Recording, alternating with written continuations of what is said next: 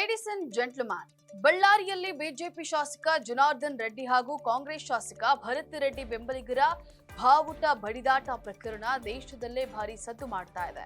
ಈ ಸಂಬಂಧ ಇಬ್ಬರೂ ಶಾಸಕರ ಮೇಲೆ ಪ್ರತ್ಯೇಕ ಪ್ರಕರಣಗಳು ದಾಖಲಾಗಿವೆ. ಈ ಪ್ರಕರಣದಲ್ಲಿ ಅಧಿಕಾರ ವಹಿಸಿಕೊಂಡಂತಹ ಒಂದು ದಿನದಲ್ಲೇ ಎಸ್ಪಿ ಪವನ್ ತಲೆದಂಡವಾಗಿದೆ.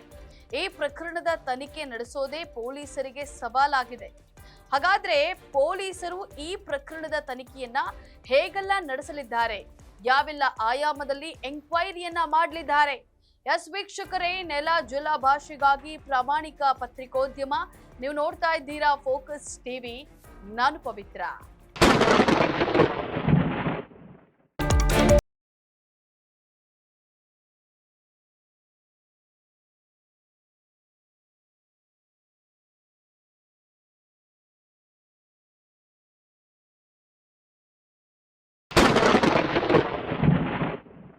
ಬಳ್ಳಾರಿಯ ಗಣಿಗಳು ಮತ್ತು ಗನ್ನುಗಳು ದೇಶವ್ಯಾಪಿ ಸಖತ್ ಸೌಂಡ್ ಮಾಡ್ತಾ ಇದೆ. ರೆಡ್ಡಿಗಳ ರಕ್ತ ರಾಜಕಾರಣಕ್ಕೆ ಬಳ್ಳಾರಿ ಜನರು ಅನುಕ್ಷಣವೂ ಆತಂಕದಲ್ಲೇ ಬದುಕನ್ನ ದೂಡುವಂತಾಗಿದೆ.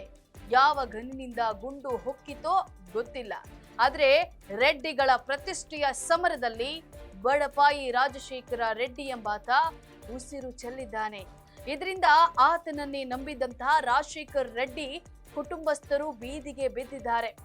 ಆತನ ತಾಯಿ, ಅಕ್ಕಂದಿರು ತಮ್ಮ ಕಣ್ಣೀರಿನ ಕೋಡಿಯಲ್ಲಿ ಮುಳುಗಿದ್ದಾರೆ.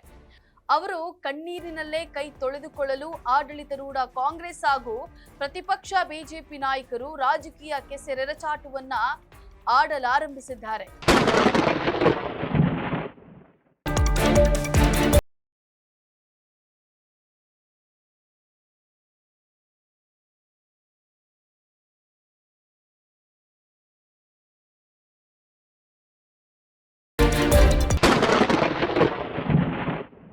ಈಗ ಅಸಲಿ ವಿಷಯ ಏನಂದ್ರೆ, ಈ ಪ್ರಕರಣದಲ್ಲಿ ಅಧಿಕಾರವನ್ನ ವಹಿಸಿಕೊಂಡಂತ ಒಂದು ದಿನದಲ್ಲೇ ಬಳ್ಳಾರಿ ಎಸ್ಪಿ ಪವನ್ ತಲೆದಂಡವಾಗಿದೆ. ಹಾಗಾಗಿ ಬೆಕ್ಕಿಗೆ ಚೆಲ್ಲಾಟ, ಎಲಿಗೆ ಪ್ರಾಣ ಸಂಕಟ ಎಂಬಂತಾಗಿ ಪೊಲೀಸರ ಪರಿಸ್ಥಿತಿಯಾಗಿದೆ. ಇಬ್ಬರು ಶಾಸಕರು ಒಬ್ಬರ ಮೇಲೊಬ್ಬರು ಆರೋಪಗಳ ಸುರಿಮಳೆಯನ್ನೇ ಸುರಿಸಿ ಪ್ರತ್ಯೇಕ ದೂರನ್ನ ದಾಖಲಿಸಿದ್ದಾರೆ. ಹಾಗಾಗಿ ಈ ಪ್ರಕರಣದ ತನಿಖೆ ನಡೆಸೋದೇ ಪೊಲೀಸರಿಗೆ ಸವಾಲಾಗಿ ಪರಿಣಮಿಸಿದೆ. ಹೀಗಾಗಿ ಹೆಜ್ಜೆ ಹೆಜ್ಜೆಗೂ ಅಷ್ಟೇ ಎಚ್ಚರಿಕೆಯಿಂದ ತನಿಖೆ ನಡೆಸಲು ಪೊಲೀಸರು ಮುಂದಾಗಿದ್ದಾರೆ.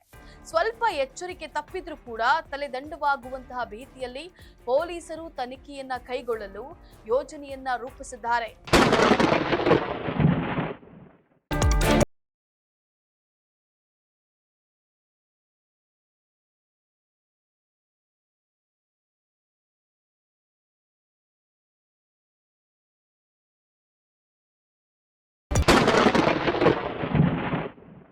ಇನ್ನು ಈ ಪ್ರಕರಣ ಐ ಪ್ರೊಫೈಲ್ ಮತ್ತು ಅಷ್ಟೇ ಸೂಕ್ಷ್ಮವಾದ ಪ್ರಕರಣವಾಗಿದ್ದು, ಪೊಲೀಸರ ತನಿಖಾ ವೈಖರಿ ಹೇಗಿರಲಿದೆ ಅನ್ನೋದು ಬಹಳ ಕುತೂಹಲವನ್ನ ಮೂಡಿಸಿದೆ. ಹೇಗೆಲ್ಲ ಸಾಕ್ಷಿಗಳನ್ನ ಕಲೆ ಹಾಕಿದ್ದಾರೆ ಅನ್ನೋದನ್ನ ನೋಡೋದಾದ್ರೆ, ಮೊದಲು ಫಿಸಿಕಲ್ ಎವಿಡೆನ್ಸ್ ಅನ್ನ ಸಂಗ್ರಹಿಸಲು ಪೊಲೀಸರು ಮುಂದಾಗಿದ್ದಾರೆ. ಘಟನೆ ನಡೆದ ಸ್ಥಳದಲ್ಲಿರುವಂತಹ ಗಾಜಿನ ಬಾಟಲಿಗಳ ಚೂರುಗಳನ್ನ, ದೊಣ್ಣೆಗಳು, ಕಲ್ಲುಗಳು, ಮಣ್ಣಿನ ಇಟ್ಟಿಗೆಗಳು, ರಕ್ತದ ಕಲೆಗಳು, ಅದರಡಿ ಇರುವಂತಹ ಮಣ್ಣು ಇತ್ಯಾದಿಯನ್ನ ಸಂಗ್ರಹಿಸಿದ್ದಾರೆ. ಹೀಗೆ ಫಿಸಿಕಲ್ ಎವಿಡೆನ್ಸ್ ಸಂಗ್ರಹಿಸಿದ ಬೆನ್ನಲ್ಲೇ ಡಿಜಿಟಲ್ ಎವಿಡೆನ್ಸ್ ಸಂಗ್ರಹಿಸಲು ಪೊಲೀಸರು ಮುಂದಾಗಿರುವಂತದ್ದು. ಇದಕ್ಕಾಗಿ ಪ್ರಮುಖವಾಗಿ ಸಹಾಯಕವಾಗೋದು ಸಮೀಪದ ಸಿಸಿಟಿವಿ ದೃಶ್ಯಾವಳಿಗಳು.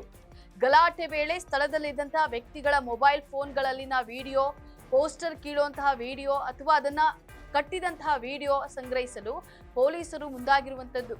ಈ ವಿಡಿಯೋಗಳು ಸಿಕ್ಕಿದ ಬಳಿಕ ಅದರಲ್ಲಿ ಯಾರು ಮುಂಚೂಣಿಯಲ್ಲಿ ಕಾಣ್ತಾರೋ ಅಥವಾ ಅಲ್ಲಿ ಹೆಚ್ಚು ಗಲಾಟೆ ಮಾಡ್ತಿದ್ದಾರೋ ಅದನ್ನ ಆಧರಿಸಿ ಆರೋಪಿಗಳನ್ನ ಪತ್ತೆ ಮಾಡೋಕೆ ಸಹಾಯಕವಾಗುತ್ತೆ ಈ ವಿಡಿಯೋ ಹಾಗೆ ಫಿಸಿಕಲ್ ಎವಿಡೆನ್ಸ್ಗಳು. ಅಲ್ಲದೆ ಆ ವಿಡಿಯೋಗಳಲ್ಲಿ ಯಾರು ಸ್ಪಷ್ಟವಾಗಿ ಕಾಣ್ತಾರೋ ಅವರನ್ನ ಐ ವಿಟ್ನೆಸ್ ಅಥವಾ ಪ್ರತ್ಯಕ್ಷ ಸಾಕ್ಷಿಗಳನ್ನಾಗಿ ಮಾಡಲು ಪೊಲೀಸರು ನಿರ್ಧಾರವನ್ನ ಮಾಡಿದ್ದಾರೆ ಎನ್ನಲಾಗಿದೆ. ಬಳಿಕ ಆ ವ್ಯಕ್ತಿಗಳನ್ನ ಸಂಪರ್ಕಿಸಿ ಘಟನೆಯ ಮಾಹಿತಿಯನ್ನ ತಿಳಿದುಕೊಳ್ಳಲು ಅನುಕೂಲ ಆಗಲಿದೆ ಅನ್ನುವಂತಹ ನಿರ್ಧಾರಕ್ಕೆ ಪೊಲೀಸರು ಬಂದಿದ್ದಾರೆ ಎನ್ನಲಾಗಿದೆ.